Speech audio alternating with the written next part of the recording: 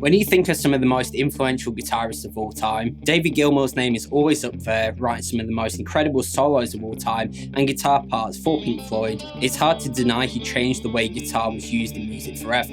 For me, he's one of those people that always show just how great and effectively different guitar effects can be used to create unique textures and sounds, which went on to inspire countless people. Today we're going to look at how he used delay to create some of the most iconic and memorable guitar parts and riffs of all time.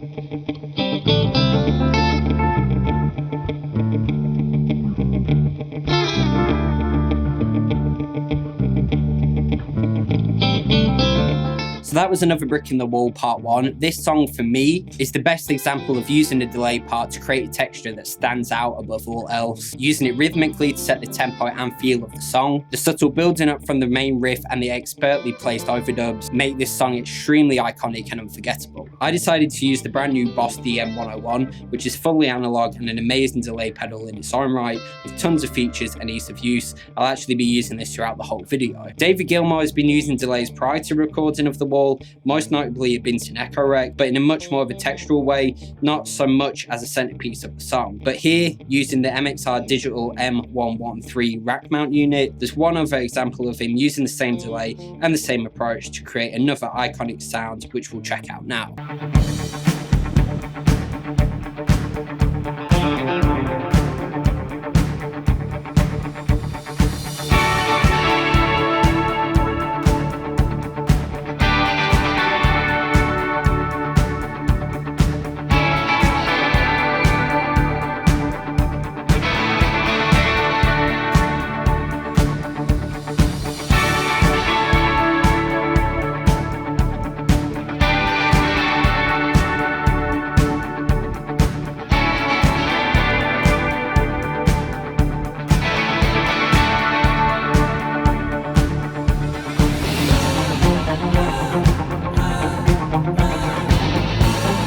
So I'm running like hell, you really need 2 delays. You need one set as a quarter note running into another delay set as a dotted eighth. And on top of that, you need a good flanger pedal. David Gilmour would have been using his Electric Mistress. I used the Polychrome by Walrus Audio. And for my quarter note delay, I used the Galaxy by Universal Audio running into the Boss DM101 set on a dotted eighth sound. When it comes to using delays as a rhythmic texture and basing a whole song around this, you can't forget another pioneer which also did this to great effect. And in his own way, also writing some of the most iconic and memorable guitar parts of all time, The Edge from U2. The Edge is well known for using the Deluxe Memory Man as well as other delays, but in the next song you'll hear just how he made his signature sound with the help of rhythmic delays.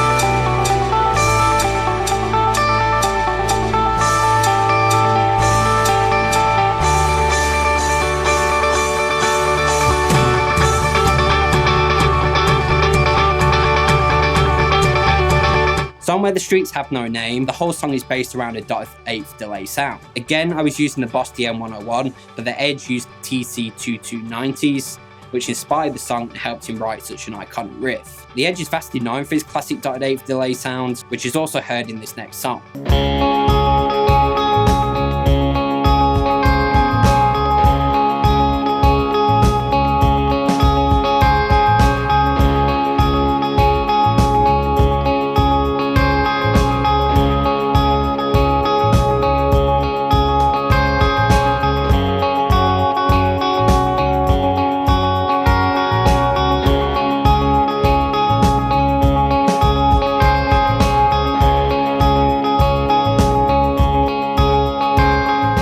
this one, again, it's a classic dotted eighth delay sound, which I used the Boss DM101 for. However, the Edge is said to have used the Korg SDD3000 for this sound, which is a vintage digital delay with modulation. So there's a look at some of the most iconic songs inspired by a certain effect type, crafted by two legendary guitarists. Whenever I think of delay, the first people I think of are David Gilmour and the Edge, and it's easy to see why, with their incredible use of these effects to create memorable, inspiring, and unforgettable guitar parts. Who else do you think used a certain effects type to create such a legendary sound? Of course, we have Jimi Hendrix with fuzz, but let me know down in the comments what yours are. If you like the video, please leave a like, comment and subscribe, and hit the little bell notification for me as well. It really does help me out a lot, and that way you won't miss out on any of my future uploads. I've been Harry, and I'll see you in the next one.